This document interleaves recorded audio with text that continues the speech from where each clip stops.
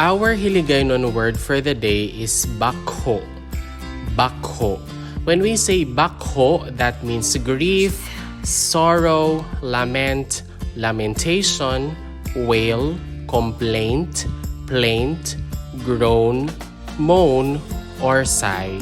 It also means to sigh, groan, moan, lament, grieve, wail, complain, mourn, or weep.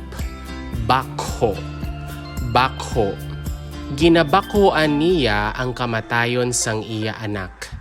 Ginabakhoan niya ang kamatayon sang iya anak. She grieves over the death of her child. Ginabakhoan niya ang kamatayon sang iya anak. Nagapanangis kag nagabakho sila kay napatay ang ila iloy. Nagapanangis kag nagabakho sila kay napatay ang ila iloy. They are weeping and sighing because their mother has died. Nagapanangis kag nagabakho sila kay napatay ang ila iloy.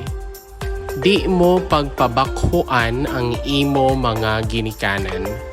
Di mo pagpabakhoan ang imo ginikanan. Do not grieve your parents. Di mo pagpabakhoan ang imo mga ginikanan. Yadto didto ang pagbakho kag pagbinagrot sang mga ngipon. Yadto didto ang pagbakho kag pagbinagrot sang mga ngipon. There is weeping and gnashing of teeth. Yadto didto ang pagbakho kag pagbinagrot sang mga ngipon. And that is all about our Hiligaynon word for the day, bakho. Bakho.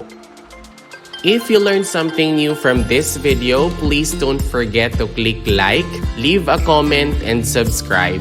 Moreover, you might also want to watch the next video on the screen. Maraming salamat, thank you for watching, and see you in the next video.